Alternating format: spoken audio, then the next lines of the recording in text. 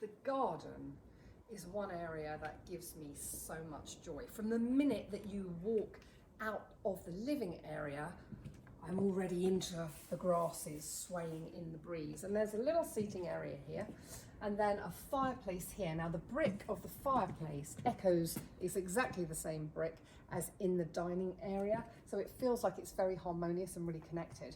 I've put logs up here, which adds some visual interest, and then created a little seating area around here. This is an old table that I got from Habitat. This is a chandelier, which was one of our designs years ago, which is just wooden and beaded, and I've suspended it from here.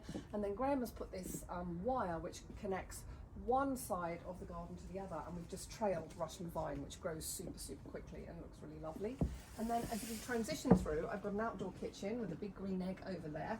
Kitchen, everyone asks me about the kitchen. The kitchen is designed by a company called Woo, and it's concrete, so it's a great area to work, and it doesn't change. It's been like this forever and looks so beautiful.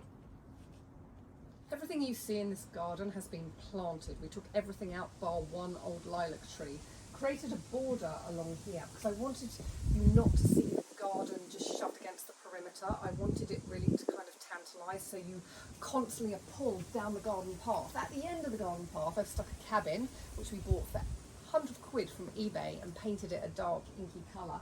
But I love the fact that it's not just, you don't just see the perimeter and there's plants in your way. So I've got a lovely Robina here, which is an Acer, a quince tree here, lots of bays, hydrangea, rhododendrons, mimosa, euc, come further down the garden path, massive euc here. Look at the peeling bark of the euc.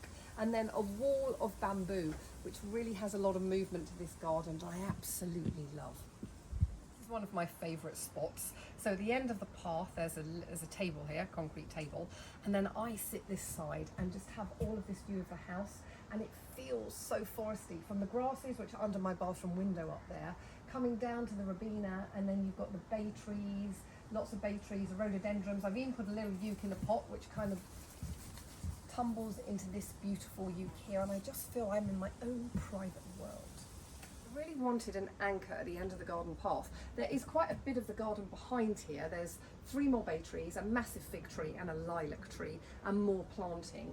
But I love how when I'm in the house in the winter and the light goes, there's lighting all the way down the garden path, and then we've lit all in here, and this is a studio for one, really. And I sit out here sometimes and write content, and it's also double duties as a little prop room because we shoot quite a lot in the house, and I feel like I'm very much indoor outdoor. So when we bought it, it was incredibly brown and a horrible wood colour, and we just painted it black, clad the walls in this faux slate, and although it's a tiny space, it really is a space for one.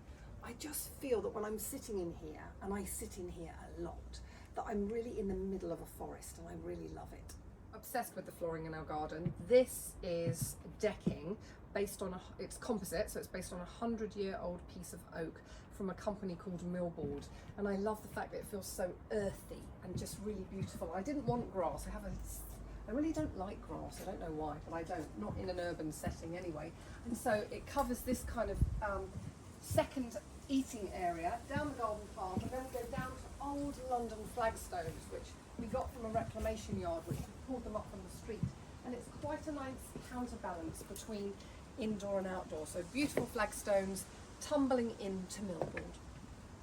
Lighting is integral to this outside space, from a little table lamp on my outdoor kitchen to a vintage pendant overhanging my dining table to string lights which literally go down the garden path. We've also underlit some of the trees, and you go all the way down the path to the little cabin right at the end, and then I've put little table lamps in here, so in the depths of winter I'm looking on another additional little room with such a soft, beautiful glow.